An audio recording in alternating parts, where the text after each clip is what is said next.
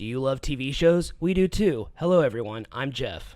And I'm Anna, and we're the hosts of We Judge a Show by Its Pilot, a podcast hosted by us, a married couple with an endless love for TV. Whether you're searching for a new favorite series or ready to revisit an old classic, we're here to guide you through an infinite world of TV shows.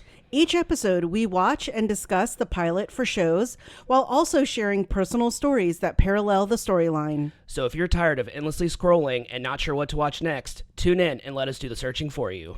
We Judge a Show by Its Pilot. New episodes every Tuesday and Friday, wherever you get your podcasts. Your new favorite show is just one click away. Hello everyone, welcome back to our pod. Hi, how's it going? It's going pretty good. Just got off work and got showered, got dressed, and then after we record this, we're going to go meet Alicia for her birthday dinner at Little Village. Happy birthday, Alicia. Shout out. Your birthday will have already passed, but happy birthday. Happy B-Day. I'm sure we had fun. We did. Yeah, so I got... so there's a big controversy with the show that we're doing today. So we're continuing New Beginnings and Fresh Start, and today we are we're doing a show that might be controversial, not in a sense of the protagonist is a very controversial one. Okay.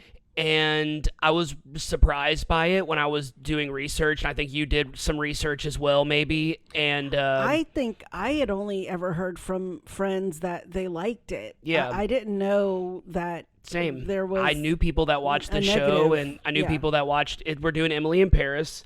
The name of the episode is Emily in Paris, and I didn't realize that Emily was so disliked by the fan base. Which is interesting because she's the main character. Yeah.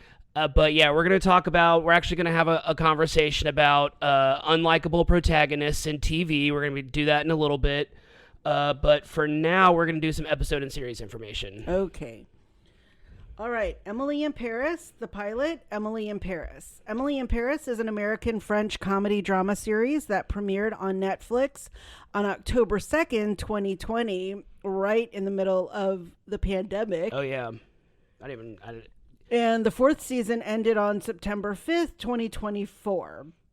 The series currently has 4 seasons and 40 episodes, with a fifth season currently in production. Yeah, I thought they were done, so I don't know if this was like a last-minute idea or if they had planned on it. I don't know. I don't keep up with the show, but for some reason I thought the show was done. Oh, okay. The series was created by Darren Star, and this is now the 4th show of his that we've done on the pod, making him one of the most popular series creators of our pod. The pilot episode was written by Star and was directed by Andrew Fleming, who frequently works with Star. He also directed The Craft. For all you millennials out there. Star's original concept of the series was meant to be a love letter to Paris, and like the idea of an American woman moving to Paris to discover herself, a trope he uses quite often in his shows. For example, we've seen Carrie Bradshaw in Sex and the City. Did a whole episode about it. Yep. And then Brenda and Donna go to Paris in 90210. Yeah, and Brenda tries to that do that really terrible bad French accent. Yeah. The series follows American Emily Cooper, an aspiring marketing executive who gets assigned last minute by her boss and mentor to move to Paris and provide an American point of view in the French marketing firm Savoir. I don't know. I'm not French. While in Paris, Emily tries to impress her French co-workers and tries to overcome challenges in her work life, love life, and personal life. The cast includes Lily Collins, daughter of Phil Collins, as the bubbly Emily Cooper, Philippine Leroy Beaulieu, I don't know how to say that, as Sylvie, Emily's tough boss at Savoir, Ashley Park as Mindy Chen, a Chinese-American working in Paris as a nanny and Emily's first friend, Lucas Bravo as Gabriel, Emily's attractive downstairs neighbor who works as a chef, Samuel Arnold as Julian, Emily's trendy coworker, and Bruno Gori as Luke, Emily's quirky coworker. The series has received heavy criticism for unfairly stereotyping French people, specifically Parisians. Also, the character of Emily Cooper has been heavily criticized for being a very stereotypical American girl that learns nothing from her mistakes and everything always seems to work out for her. Despite its heavy criticism from both critics and viewers, the series always reaches the top 10 on Netflix. My boo, you sleepy. I know, I'm so sleepy. That's another thing we didn't talk about. I've just not been feeling well. I know I do yawn a lot. But but no, my boo is, you have not been feeling well, and you can currently watch the entire series on Netflix. Sorry, I cut you off like right at the end. Thank you. So that's that.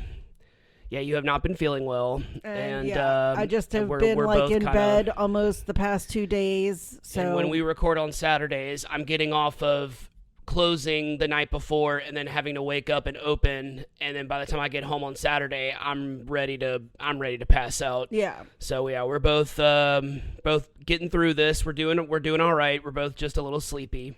The show started in the middle of us having plenty of time to watch stuff on TV. So why do you think that we didn't watch this? Well, we did start watching Schitt's Creek. That was probably one, like, we were watching all kinds of random crazy stuff, like Tiger King, Love is Blind. Yeah. Also, I'm going to look at this date, October 2020. My mom had just passed away. Yeah, that's true. So that was August, literally like 2.5 months after my mom passed away. So I probably wasn't thinking about like watching anything new. I mean, probably I should have, because it would have gotten my mind off of things. But 2020 was pretty heavy on just world, life, work, lots of changes in the world. So I'm going to chalk it up to that. But I did know of it because I know Summer watched it. Yeah. So when I worked at the fast food place, I was working at the fast food place during this era, and all of the girls that I worked with, they were all high school, college age, and they were always talking about this show. And they had also discovered One Tree Hill, which was really funny because that came out like when I was younger, and so they were like, I discovered the show One Tree Hill. I'm like, I know what show that is. But yeah, I just never. Maybe it was just not my type of show that I would normally seek out or see a preview of and be like, oh, like I want to watch that. Even though, I mean, I like Lily Collins. She's a great actress, and she was recently in Maxine. That's the third movie in that little trilogy, and she was really good in that. And she was in The Blind Side. She's been in a bunch of other movies, and I like her, but I just, it wasn't like, oh, I really need to watch this show. Right, it was very much like, oh, from the guy who created Sex and the City, A Woman in Paris. It was just kind of like, got it. I think I've seen this before. But yeah, I mean, it was, at the very least, the pilot was very charming. And I didn't. So we're going to get into this. So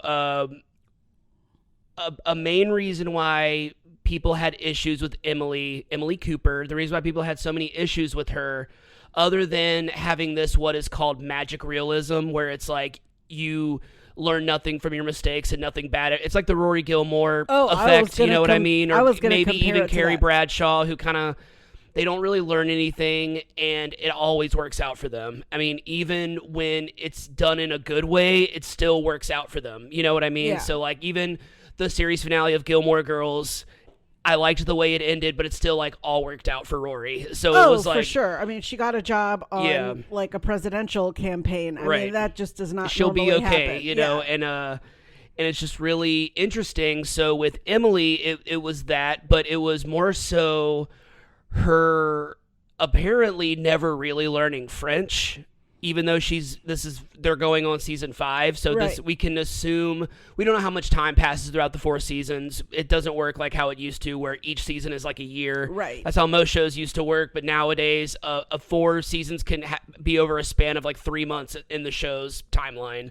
Or in a show that goes 5 seasons, it can be 10 years. Right. Like Stranger Things. Right. So. Yeah. I want to see how much. Or Euphoria. They're going to be in college and working. They're going to be in grad school. Yeah.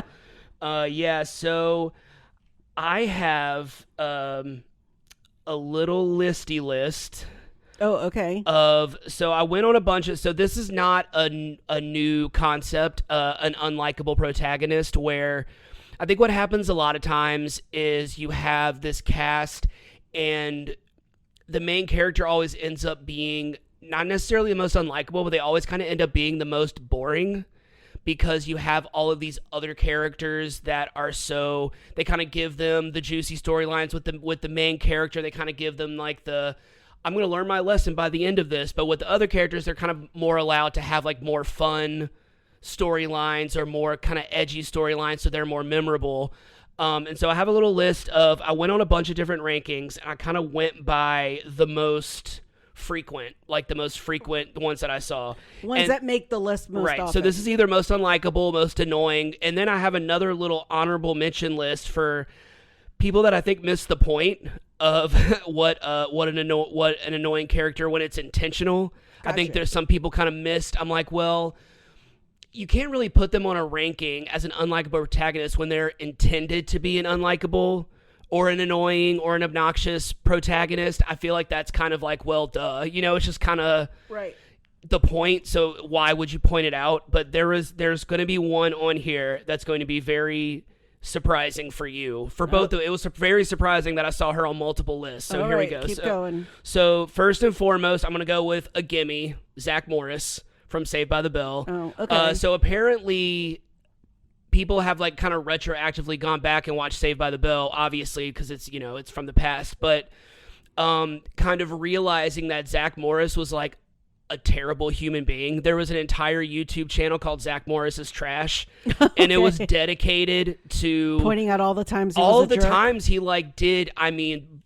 committed felonies and like was doing awful, terrible things. He was like brainwashing people, and he was like doing very offensive like Native American impersonations. And obviously it's not Mark Paul Gosselaar's fault, it's the writer's fault. And the guy that does Zach Morris's Trash eventually did a podcast with Mark Paul Gosselaar, so obviously it's all good in the hood. It's just like it was just really funny to point out like, wow, Zach Morris really was like a terrible human being. We have Dawson Leary, which I cannot agree more with. Dawson's Creek. I wanted to love Dawson because I felt like it was a protagonist that was written for someone like me, because he really loved movies and he was very in his feelings all the time. I'm like, finally, they're writing a character that like I can relate to. But like halfway through season 1, I'm like, I can't with this dude. I was just like, he is just too whiny for me. And it was just too whiny. And then also Joshua Jackson's character was just so much Pacey was so much more likable. At the time, I think Joshua Jackson was a little bit more famous. So, I mean, like, I think everyone kind of leaned more towards him. And then, of course, everyone loved Katie Holmes and Michelle Williams. So it was just like they had all these really interesting storylines. And then Dawson was like, I like movies. It's just kind of no one really. I want Spielberg. And then there's the famous GIF meme of him making the cry face. Oh, yeah. That was so good. One of that I'm surprised by because we started watching it and I really like it. I'm really interested to see where that goes. But Jack Shephard from Lost, Matthew Fox's character. Oh, okay. So I'm only halfway through season 1. I need to, while you're out of town and we're caught up on all of our episodes, I need to get on Melrose Place. I need to get on Lost. But I was really surprised by that because I really like his character. So I'm wondering if it's less that he's unlikable and more that he kind of like was a boring character. Maybe. I know you watched a lot more of it. I did, and I'm trying to really think of what could have swayed viewers. I don't remember anything specific. I mean, I think if I went back and watched some more of the episodes, I mean, it's obviously been a while. Right. But I mean, we're gonna continue watching it, so maybe we'll figure it out. All right.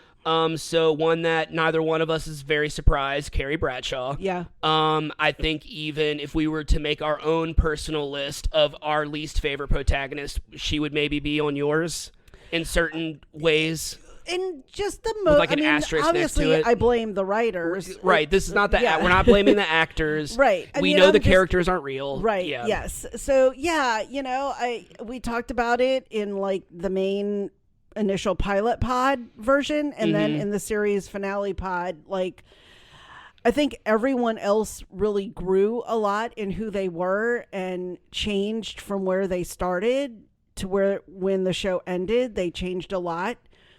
and grew. I just don't think Carrie did. Yeah. I just feel like she was just stuck in this world of, and again, not that it's a bad thing to want a partner and to be loved and to have someone. That's not what I'm saying. But like that she was with a person that treated her poorly in like literally every episode. Yes. Like I think I want to do a rewatch and calculate every time Big is mean to her. It's funny because like when you pointed that out to me, I've been paying attention more when you watch reruns just because I'm more invested because of And Just Like That. I'm more invested in watching older episodes because there's so many I haven't seen. But yeah, it's like every single time Big speaks, I'm It's just mean. like, my God, he's a piece of shit. Yeah. It's like, I think one time I was like kind of like on my phone, but I was listening. I looked up at something he said. I was like, Jesus, I said something like that, and you were like, you see? Yeah, exactly. Yeah, I think I remember that. I was like, it was a late night. Yeah, it was one of our late night watch sessions. So this is one that I never really watched this show.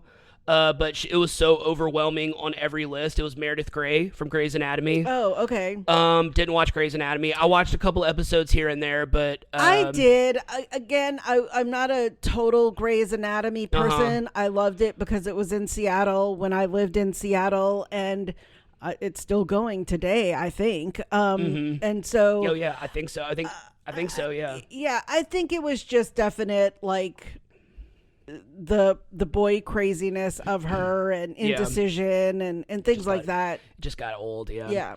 All right. So I have stars next to these next names because they were literally on every ranking. So Emily Cooper is one of them. Okay. We've already established that. This one I'm not surprised by. Neither will you be. Rory and Lorelai Gilmore. Yeah. We've talked that to death, so we don't need to continue. Yeah. Archie Andrews from Riverdale. Oh, yeah. Okay. I don't know what happened because we watched the Like first maybe three seasons. Whenever they were doing the drug Jingle thing, jangle. Yeah, I think we both were like, all right, we're over this. The show's going off, and not it is like jumping the and shark. not like Degrassi off the rails. That we're going into like supernatural, which I'm fine with, but I'm like, this isn't. I thought we were in reality. This isn't Sabrina, you know. And then we have Ted Mosby from How I Met Your Mother. Oh. I knew that it wasn't so much that was more of like a kind of like what happened to Mr. Schue on Glee, where like fans went back and realized how off they were or how bad they were. With Mr. Schue, I think with Glee, that's a whole thing that I haven't not delved into, but fans have gone back and been like, yeah, this guy overstepped time after time with like his students and like the teacher-student boundary with like getting involved in their lives. I totally thought that during Glee. As a former high school teacher, I remember you've told me that. I was like, what is happening? I mean, in just our basic education, I mean, we have like ethics portions of our classes and boundaries and all of those kind of things, and he's like all up in their business and gossip. And I saw characters from Glee on lists, but I think that when it's an ensemble like that, it's hard to pick like who's like the protagonist or who's the main character, because it changes from season to episode and episode to season. So this was the one that I was the most surprised. This is the one I've been saving. This is the one that I was most surprised by, but once it was kind of explained, I was like, oh, I get it. And you're going to be really surprised by this too, I think. June Osborne, Handmaid's Tale.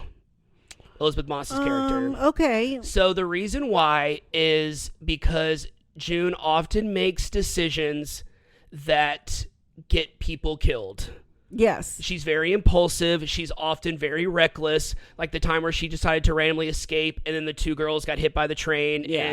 And the only reason why I bring that one up because my favorite character died in that scene. So yeah. I was very not happy with that. But yeah, I was very surprised by that. It's kind of this, I don't know, that show. I mean, that show's off the rails in a sense of like, of how durable that character has been, because in any other situation, I think June would have died at some point or Well, would have like, just I don't know stayed why they keep like letting her live. Yeah, Like, I mean, she has done so many offensive things to whatever, the new Gilead Right. government is. Like, they've hanged people and strewn them up, and like she's still around, and Yep. she's like tried to kill people. Well, she she's has run killed away. people, Right. yeah. I mean, she's run away. She's, deceived and manipulated. And I'm like, why is she still here? But Yeah. I get that Yeah, one. I was very surprised just because she is such a badass character that like you're kind of like, oh yeah, I forgot that she's done a lot of things that have like directly affected she's every very character. tunnel vision Yes. because we're also seeing it obviously very much from her perspective Yes. because she's trying to get Hannah back, Mm-hmm. and obviously that is her main vision and focus. Right. And that's all she's honed in on. So That final season's Yeah. gonna be crazy. oh yeah, I'm waiting for it. I'm excited. I mean, that show depresses me, but it's so good. It's so good. All right, so I have a little mini list of Okay. characters that people kind of miss the point of it. That Okay. I saw a lot of people say these characters were annoying or unlikable, but I was like, I think that's kind of the point. So Bella and Kimberly from Sex Lives of College Girls, they were Okay. on. So Bella, for the most part, were on a lot of lists. I get it for season 1 because she was very much intended. That character is very intentionally annoying because like the other characters get annoyed with her all the time. So like, I same don't- with Kimberly. Well, I don't know if the word annoying is Mm-hmm. correct. I think what the point might be is I think Mindy Kaling or whoever is the writer of Mm-hmm. these characters has really tried to identify a character. Yes. Like, Renee Rapp was like the rich, prim and proper, but also like Yeah. secret lesbian. Whitney's and like then the overachieving athlete. and then you've got like the one who keeps secret who's supposed to be really brainy but she's not, and like she Yeah. just wants to bone everyone because her parents don't know that. And Right. then you have the girl who's from like not the wrong side of the tracks but the poor side of town, Yeah. and is the like earnest and wants to know everything, be a lawyer. And it's funny because I guess when you really love a show and love the characters, I love Kimberly. I mean, like I love Bella. she's the one who makes me laugh. Kimberly, They all do, actually. Bella and Kimberly are actually my favorite. Bella and Kimberly are actually my favorite characters. I love Whitney, but like actually love all the characters. I'm not gonna lie, I really love that. I really have grown to love that show. Oh, I love it. It's I so can watch funny. that too. Leela's probably my favorite character. Oh my but, god, she has come into like well, it's funny because they showed an old clip from season 1, and when they kind of had Leela dress normal, like I'm like, oh yeah, she had like long straight hair, and Yeah. she was dressed all like kind of, she wasn't wearing like a lot of makeup and stuff. I'm like, oh, I like present day. I like present day Leela. I like sophomore year Leela. Yeah, definitely. Or whatever year she is. So And one that I know you're gonna probably have some opinions about. I saw Hannah from Girls. Basically every character from Girls was on a list at some point, but I always felt like Lena Dunham did kind of create. She said it many times on Inside the Episodes, talking about how narcissistic millennials are and how we are so entitled and we expect things that we don't necessarily deserve. So I'm just like, and I'm not bashing that because that's very much my generation, but like very wanting instant gratification. But I feel like people miss the mark because I'm like, I think she intended for them to be obnoxious characters and self-absorbed and narcissistic. And I mean, particularly her, and I would say Marnie. Specifically, Marnie was her best friend. Okay. The one from Get Out, right? She was on Get Out, Allison Williams. Okay, just making sure. I mean, on the first episode, when her parents decide to cut her off, she's like all offended by it. And then her parents go into this diatribe that they have already been supporting her for over 2 years since her graduation. Got it. And I think when I first started watching this show, I like nearly fell out of my chair. Now, granted, I obviously came from a very different background. My Yeah. parents were not rich. My dad died when I was in college, and I was pretty much on my own since I was 20. I did not have anyone financially paying my way, really. And so when, she's like challenging her parents, I just was like, and again, this is the inner me of just also who I am and who I was at like 17 or 18 that I think is really different than today. Yeah. Is I wanted to be on my own. Same. I wanted to leave my parents' house. Not that I didn't like my parents. I mean, I love both of my parents, but I wanted to make my own decisions. I wanted to do what I wanted to do when I wanted to do it. If I didn't want to go on a family vacation in the summer, I didn't want to go on a family vacation. I didn't have to go on that family vacation. I could get a job wherever I wanted to. And I think that the way that parents sometimes support their kids today, and again, not dissing it, it doesn't allow the kids to grow sometimes into their own and learn how to do things on their own sometimes. And again, every parent is different. I am not a parent by my own accord. We have Maddie, but she does not live with us. But I just, again, and that's just strictly based on my own upbringing and my own self of who I was at that age. I mean, I'm going to guess when Girls started, she was around 23, the character. So like 2 years after she graduated. Right. Yeah. Like so I was like, 24. I was already teaching high school. Yeah. I was going on my own road trips, paying my own way, all my own bills, clothes, everything. I can honestly say at that age, for sure, my mom was not helping me. Yeah. I mean, I lived at home during law school, but my mom wasn't giving me money. I had a job in law school. In fact, at one point, at various points, I always had two because I still had to pay like my gas. I had to pay for my own fun things. So yeah, that one does not surprise me. But I do think it's ironic that she's on the list because I think she was meant to be unlikable. Right. And probably the most ironic character that I kept seeing on all the rankings was Sheldon Cooper.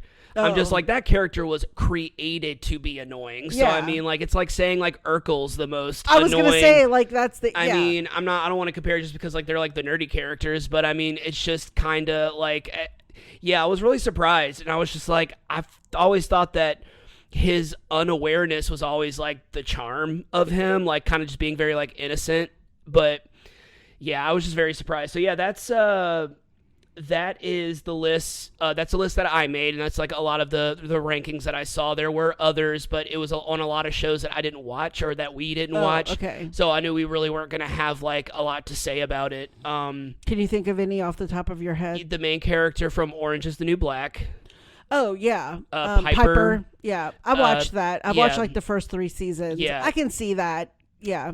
There was Rachel Berry. That's from Glee. That's, pretty much every character from Girls. And I'm pretty sure I saw one. It was very interesting. I almost wrote it down, but I was just like, I thought we were going to have too much to talk about, so I didn't write it down. But since we're talking about it, I saw Miranda Hobbs, and just like that Miranda, not Sex in the City Miranda. I think I talked a little bit about that. And I've talked, maybe not on here, maybe I did, but like us in person for sure. Talking about my disappointment because she was my favorite character, kind of going into and just like that of what I knew about Sex in the City.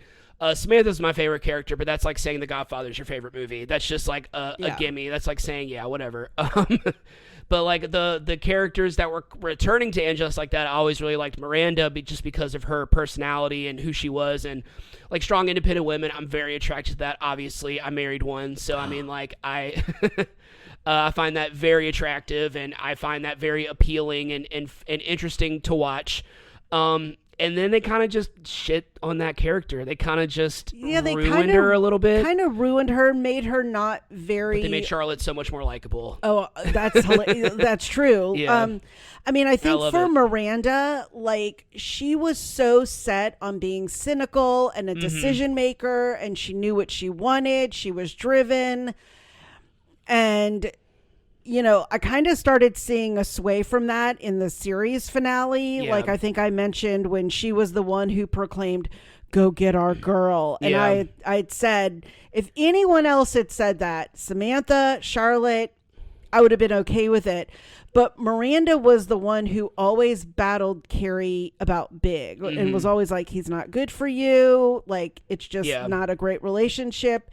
And then bring it to, and just like that, like, she fought so much for Steve and that relationship and, finally realizing, and the whole Brooklyn Bridge thing, like in the movie, and then all of a sudden, and again, nothing against about her identity and sexuality and all of that. It just didn't seem like her character. Yeah. I kind of felt like they were trying to catch up to who Cynthia Hobbs was as a real person. Cynthia Nixon. I said Cynthia Hobbs. Yeah. Cynthia Nixon, as a person in her real life, because she just discovered something about herself that she maybe didn't realize until she met a specific person. Right. And so I think they were trying to blend that into the story of, and just like that, as people, we can change, and that's great. It just didn't seem to be who Miranda was originally. Right. And that was where, but again, people change. So who knows? Maybe that's who Miranda really was. And maybe that's why she was tense and stressed all along. Like, she never really knew who she was. Yeah. So that's the majority of people that I saw. Are there any ones that you thought of for any of the shows that we didn't name, or did I kind of name all the people? Those were kind of a lot. One that I thought of, sort of, and we kind of mentioned it in just talking about Emily in Paris, was the whole Brenda on 90210. Yeah. Again, we're talking about kind of an ensemble, lots of guys, girls mixing and matching. But I definitely think that Brenda was initially intended to be like the good girl and like the show's focus, the twins from Minnesota. Yeah. And then it was really when she went to Paris and she, cheated on Dylan with Dean Cain. And then Kelly hooked up with Dylan while she was gone. That when she came back and it was, she wanted a break or whatever all kind of transpired, the fact that her best friend kind of hooked up with her boyfriend. And yes, I'm not saying Brenda was a good person either for cheating on Dylan or whatever you could call it. It just went downhill from there. Yeah. Like, it was that everyone hated Brenda. Like, after that. That's true. But I do also think that was also a big part of the Hollywood machine and stuff that was going on set with Tori Spelling, Jenny Garth, Tori Spelling. Tori Spelling. I'm like, no, Brenda. Shannon Doherty. There it is. I was like, R.I.P. I think a lot of that was part of their clash as real people that was coming to the show. And like, people were like, oh, Brenda's mean and Shannon Doherty's like a biatch and blah, blah, blah. So we need to be team Kelly and team Donna. And, we want Kelly with Dylan. And so again, I don't know. I feel like not Donna. I'm getting all of them mixed up now. I think Brenda kind of got a bad rap after that trip to Paris. I can see that.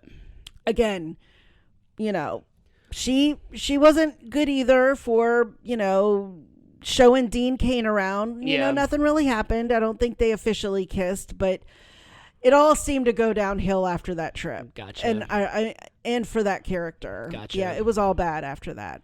Again, just my opinion. Yeah. All right. What else? What else you got for me, Boo? Well, I got another question for you. Okay. I got maybe another story time. So I also realized this week that both Fresh Prince is going to be the episode that came out on Tuesday, and this episode's coming out on Friday. This is kind of like a new beginnings, fresh start, but kind of a fish out of water They're both kind of in that. I mean, I think a lot of the shows that we're doing, but specifically, there seems to be a very specific culture clash with both of those shows, at least in the pilot episodes. So we have both traveled to different countries, and we've been around people. We've been in non-English speaking countries. Do you have any like fish out of water type stories where you were kind of were relying on like the goodness of other people because you did not speak the native language? Yes. When I traveled to Honduras in the summer of 1980, okay, my mom sent me to go and stay with my grandmother, my dad's mother, yes, who actually lived in the house with one of his sisters and her husband and my cousin. Okay. And so she sent me off. I did not really speak Spanish. I understood it because my parents both spoke Spanish, but we didn't speak it a lot in the house. So the trip really started with a blast. I don't know if I've ever told you this story. Maybe I have. You have. I'm pretty sure you when have. I landed, they forgot that I was coming Yes. that day. And so I landed in the airport, went through customs, and You were 10. I was 10, Okay. and I was looking around, looking for people that I might know, and I didn't know anyone. So I took my bag and I just sort of sat down. And I think one of like the gate agents from the airline noticed me just sitting there by myself. Like, I think I was there for like 2 hours. Oh my God. And so she was just like, she finally came over and started to talk to me. And of course I could understand her, but I Right. couldn't really say much back. Like, cause I was like, I don't really know Espanol, you know. I was like, oh my gosh. So, and this was also, mind you, in 1980 when we didn't have cell phones. Right. I didn't know the telephone system in Yeah. Honduras, and I didn't have anyone's phone number because my mom thought my grandmother and my aunt were going to come and get me. And again, it's really funny because this is going to sound very odd, Okay. but like, I didn't know the aunt that I was going to be staying with, her last name. Okay. I knew one of my uncles. Well, maybe I knew it, but it didn't roll off my tongue. Yeah. But I knew one of my aunts, her husband, his name was Mario Chinchilla, which chinchilla is like a fur. Yeah. And so like, I always remember that being little going like, oh, I wanted a chinchilla fur, you know, just to be stupid. And so he was actually a general in the Air Force, was pretty famous or well known in Tegucigalpa, Honduras, which is where I was. And I just said, Mario Chinchilla. Like, I think they were trying to ask me, like, name someone for me. And I was like, Mario Chinchilla, Adal Chinchilla. And they were like, oh, like they knew that name. Gotcha. Like it was someone they knew. And they were like, beep, boop, bop, beep, beep on the phone or whatever. My grandmother, my aunt, one of my cousins, like my grandmother came in crying that she had forgotten me. Aww. And just like, it was funny. All right. So fast forward like a day or so. I'm in Honduras and my cousin, her name was Katia Maria. She decided she hated me because I was the gringa who was like being adored by everyone. I was the cute little American girl that had come to Honduras to stay for the summer. And so she was being like really mean to me all the time. And, you know, again, I'm 10. I think she was like 12. She might have been like 2 years older than me. So she told me like all the food that I was eating were all these like strange animals. Yeah. Like, I don't even remember like I don't know, like boar or like, again, just not anything I would have ever eaten in my life. Not that, I mean, I know a lot of people eat boar. So, but again, just not stuff as a 10-year-old. So I decided I wasn't going to eat anymore. Oh my God. So, this I've heard. yes. Yeah. And so like all I would eat were tortillas if I watched my grandmother make them, refried beans, and like water, like, oh, and limes. I was like, you're forgetting the best one. Yeah. So they had lime trees on their property. And so I could see that it was an actual fruit. So I would go and pick the limes and cut them and suck on them. I don't know how my teeth didn't rot. So my grandmother had to call my mom, and my mom ended up sending like all kinds of food for me, like boxes of cereal, like cans of tuna. I think she sent like Chef Boyardee ravioli and spaghetti. I don't even want to know how much this shit cost. But I just remember when I got back home, my mom was so mad at me for that.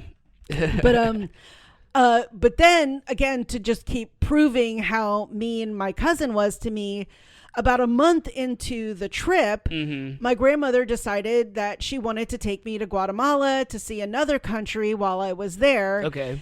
And so she was going to make my plane ticket, and she needed my passport, and I could not find it. And I knew it was in my little purse that I had brought, and I hadn't gone anywhere to necessitate using my passport. Right.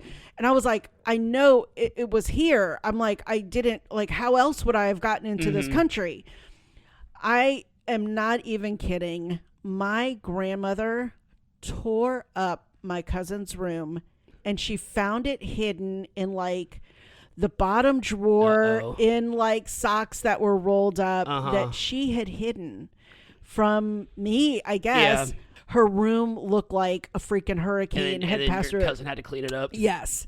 Awesome. And so it was bad. Okay. So then the funny part of the extension of that was a couple of other funny stories have come out of my Honduras trip. I also started my period when I was in Honduras, without my mom there, without my sister there. I didn't know what was happening to me. I mean, I think I had probably read Are You There, God, It's Me, Margaret? But again, that does not prepare you for the lady start, becoming a lady, becoming a woman. Becoming a woman. So that traumatized me. So to keep going with the passport story, went to Guatemala. Oh my God, loved it. So beautiful. Everyone there, again, the little gringa from the United States. Yeah. I mean, just loved me. I discovered a Guatemalan fried chicken chain that's actually in New Orleans called Pollo Campero. We need to go there one day. But this is what happened coming back from Guatemala.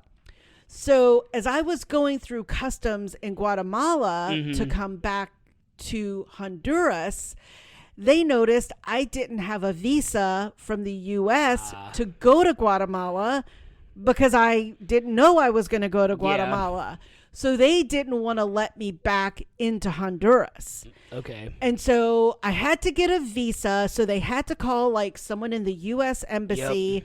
And, I mean, this is happening at like 7 or 8 o'clock at night. Yeah. I'm like crying, thinking I'm going to be stuck in Guatemala for the rest of my life. And so finally someone comes from the embassy, stamps my passport, and is like, you can go.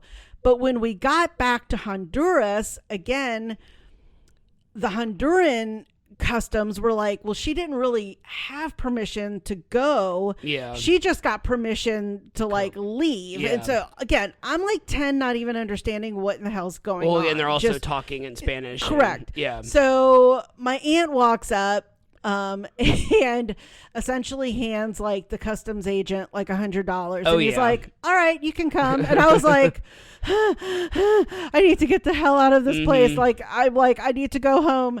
And so a couple of other funny things that happened on this trip was it was really the true start of my hate of frogs. Yeah.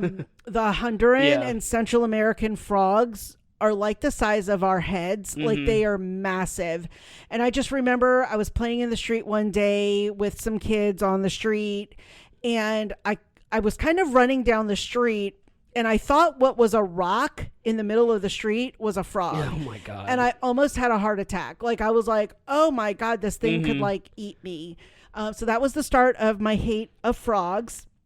And then We also went on a tour of the Chiquita Banana Factory that was in Honduras. In case people don't know, Chiquita Banana, New Orleans, Honduras have a very big Banana Man, Zamuri It's a great connection. episode of Drunk History.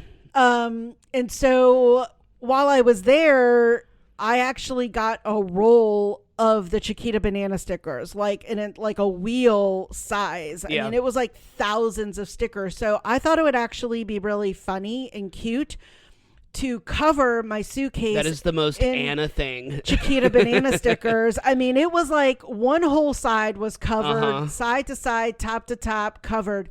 When my bag came out on the baggage claim in New Orleans, and mind you, this was probably, I think, my dad's suitcase, and this is the days when your suitcases were leather and they were really nice, and the suitcase came out, and I was like, "Look, Daddy, look," and he was like, "Oh my God." So I do totally remember that. And then if Rebecca is listening, she will also probably laugh at this story. I came back and I had really learned Spanish. I had started talking and speaking in Spanish. I had been immersed essentially 3 months. And, when no one really speaks English that much, you kind of have to learn the Spanish, because I didn't say that either. I was like, none of my relatives really spoke English. And so I came back and I was like, talking in Spanish. And I remember Rebecca grabbed me, I think, like by the shoulders, and she's like, "You're in America now. You can speak English." And so I thought that one was really funny. And also, one last thing, and I think I still have this. It's somewhere in one of my bags of like keepsakes, is I sent my parents a postcard and said that I wanted spaghetti and meatballs when I got home, and my dad had made spaghetti and meatballs. Aww. And the other final thing, you have not changed at all. I know. My God, you were 10 years old, playing with stickers and wanting spaghetti and meatballs. Wanting spaghetti and meatballs. My boo, you're still that 10-year-old. I am a 10-year-old. That's super cute. That's and so cute. I also got the door that is now in our house that used to be on our house. I picked it out, and we had it shipped from Honduras to our house, and it was on our house until my mother passed away. Cool. And it's now in our living room. It's really cool, too. So that is my fish out of water story. I mean, what about you? I really only have one very brief story, because when I went to... When I went to South America, I was with a group of people that spoke Spanish. So they were kind of like English. Gotcha. They both spoke very good English, and obviously they were fluent in Spanish.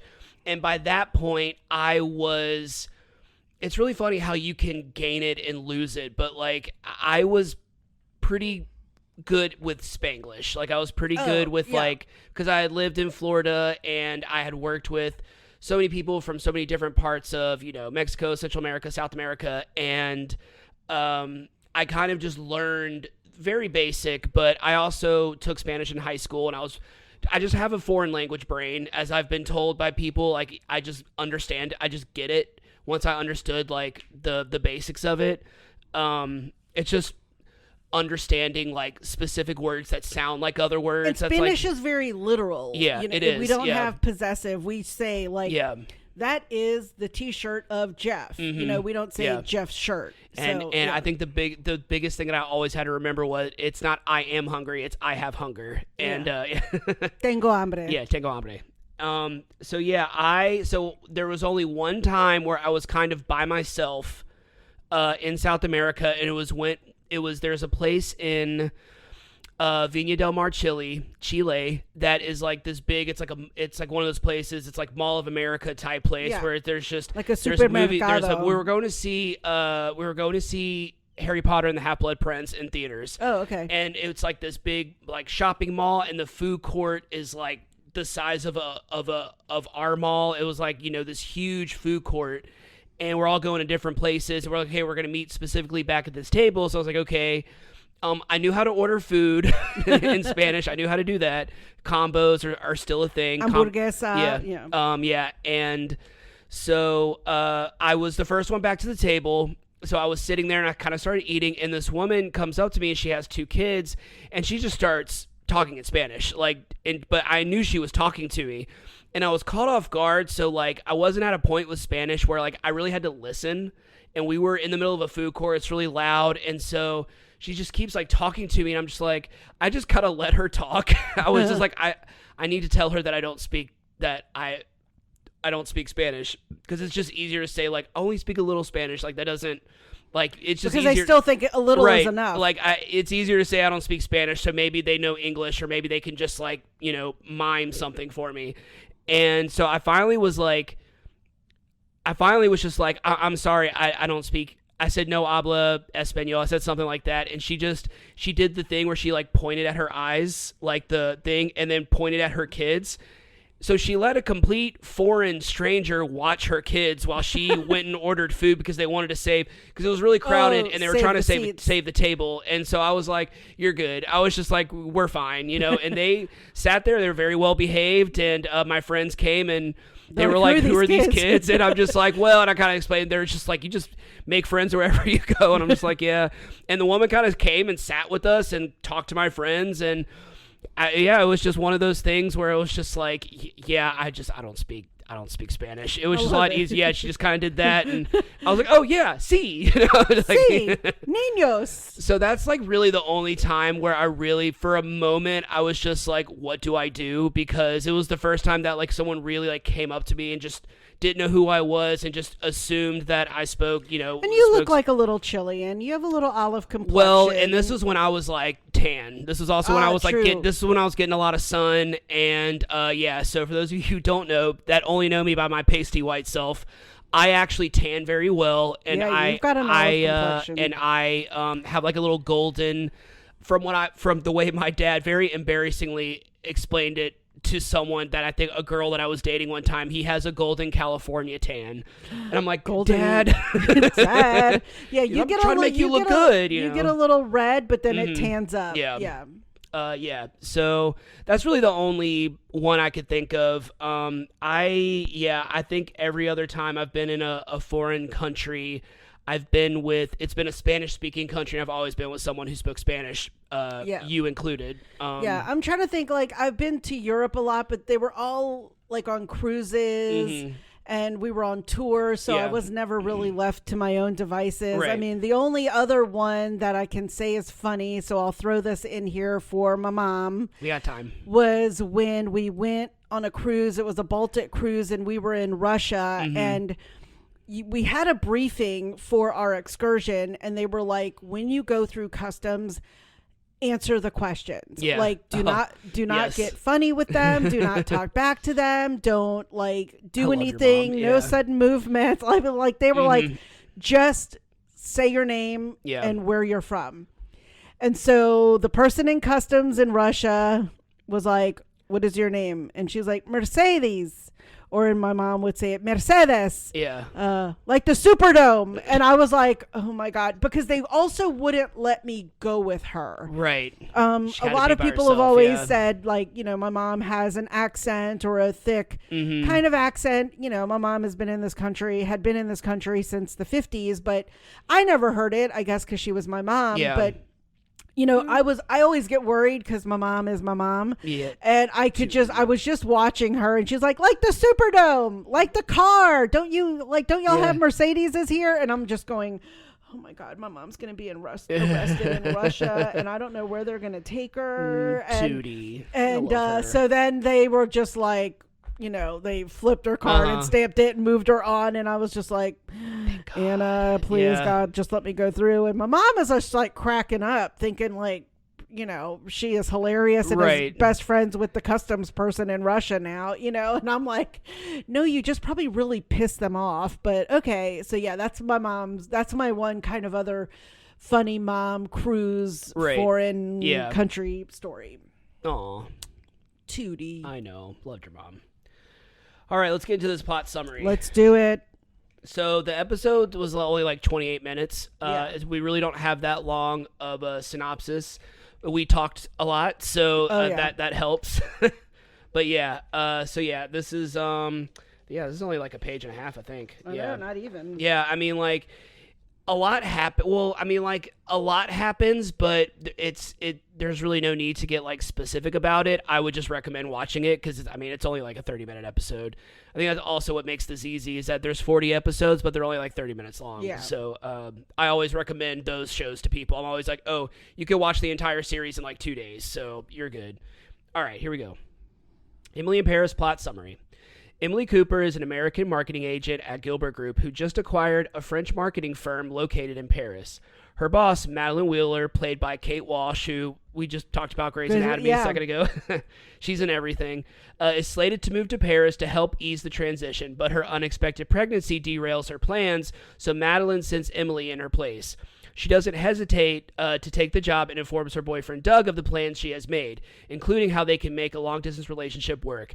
So I said earlier, I understand why she initially didn't speak French and why it was a struggle for her because she had no plans of moving to Paris, and it sounds like she just left like the next day. Of course, that's how they made it seem on the show, but like, yeah, I mean, you can take lessons for a week, but you're still, not going to know. And so that aspect I understand, but I feel like if you're in Paris, you're going to be living there, like, go take some classes. Like, that's, I don't know, maybe we need to watch more of it and see what happens. So she jets off to Paris, where she moves into a very old building where she resides on the 5th floor. This was funny because I didn't know this. I didn't know this about, I guess, in Europe. She is initially confused over the floor plans of the building, as in France, the first floor is the ground floor, meaning that in America, Emily would be living on the 6th floor, which was actually kind of funny because she kind of forgets a couple times throughout the episode, which I can't. And it's a walk up. There's no elevator. Right. And so she thinks you're there. Like, no, you're technically on the 6th floor, which was actually, it was kind of funny. Meaning that, so nonetheless, she's eager to start her new job as a social media strategist and marketing executive, which entails bringing savoir, an American point of view. Her first day is rough as she meets her coworker Julian and attempts to use a translation app to converse with him, but fails. She is greeted minutes later by her boss, Sylvie Gratteau, who isn't pleased that Emily doesn't speak French. This proves to be a large obstacle as Emily can't communicate with Patricia, the head of social media engagement, which was her job. Those exchanges were kind of funny. So when she returns to her apartment that evening, she tries to unlock the wrong apartment as she miscounted the floor levels once again. She introduces herself to her attractive neighbor, Gabriel, who, of course, her downstairs neighbor is a super hot guy who also happens to be a chef. Of course. So he can cook. The culture clash between Emily and her coworkers is evident as they begin to give her the cold shoulder by refusing to go to lunch with her and nicknaming her La Pluque, which means the hick in English, which I didn't like how they were mean to her. True. Which maybe this is part of the unfair stereotyping. Emily goes out to lunch alone and is about to eat in the park when a young boy knocks her bread on the ground. That's where she meets Mindy Chin, the children's nanny, a few seconds later. Mindy's friendliness is refreshing to Emily, and Mindy puts her number in Emily's phone. I actually really like that character. Yeah. She was funny. That evening she is sitting at a cafe alone when Luke stops to sit with her. He doesn't agree with calling her La Pluque and thinks that his coworkers are intimidated by her love of work. She explains that work makes her happy, which he finds horrifying. He tells her that while Americans live to work, the French work to live, which I can't relate to that more. I can't relate to the French idea of I'm going to go ahead and say, as much as I love my job, I do not define myself by what I do for a living, and what I do for a living, I do it because it pays my bills, it's good money, it's good hours, and I'm allowed to take off work and go on trips with my boo. I mean, like, that's all I want in life, and that's all I need in life. So okay. I relate to the European mindset, if that's a true statement, which with Americans, it's very true. We live to work.